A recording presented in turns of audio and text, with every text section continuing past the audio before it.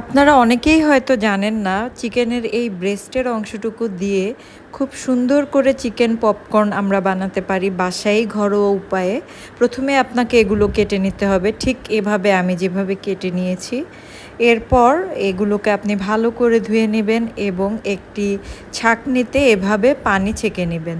একটি পাত্রে অল্প পরিমাণে আদা, রসুন বাটা, হলুদ, মরিচ, এখানে জিরার ফাঁকি, সাদা গোলমরিচের পাউডার, লবণ, সয়া সস দিয়ে দিবেন পরিমাণ মতো এবং ভালো করে এটাকে একটু মিক্সড করে নেবেন।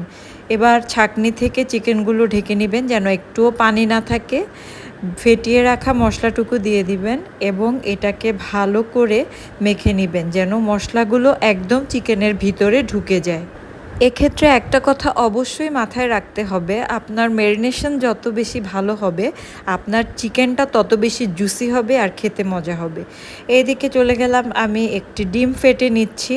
ডিমটা ভালো করে ফেটে নিব একদম যেন কোনো সাদা অংশ মানে কুসুমের সাথে একদম সুন্দরভাবে মিশে যায়। ডিমটা এখন ম্যারিনেট করা চিকেনগুলোর সাথে দিয়ে দিচ্ছি, ভালো করে মেখে নিচ্ছি।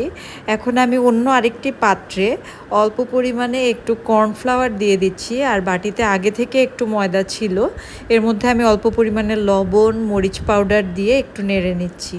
এখন আমি কি করব, এই কাজটাই হচ্ছে মেন। এটা যে যত সুন্দর করে করতে পারবেন আপনার চিকেন ভাজাটা তত বেশি সুন্দর হবে। এই তো এখন এখান থেকে আমি এক পিস করে চিকেন নিব আর এই শুকনো উপকরণটার মধ্যে চুবিয়ে এভাবে নিয়ে নিব একসাথে। তারপর তেলটা আমি প্রায় মোটামুটি হাই লো হিট এরকম, মানে এত গরমও না এত হালকাও না, আপনাকে এটা আসলে বুঝে নিতে হবে।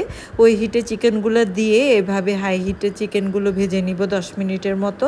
তারপর মিডিয়াম লো হিটে এরকম ব্রাউন ব্রাউন কালার হয়ে আসা পর্যন্ত ভাজবো। এই তো আমার চিকেনগুলো হয়ে গেছে, আমি এখন এগুলো নামিয়ে নিচ্ছি।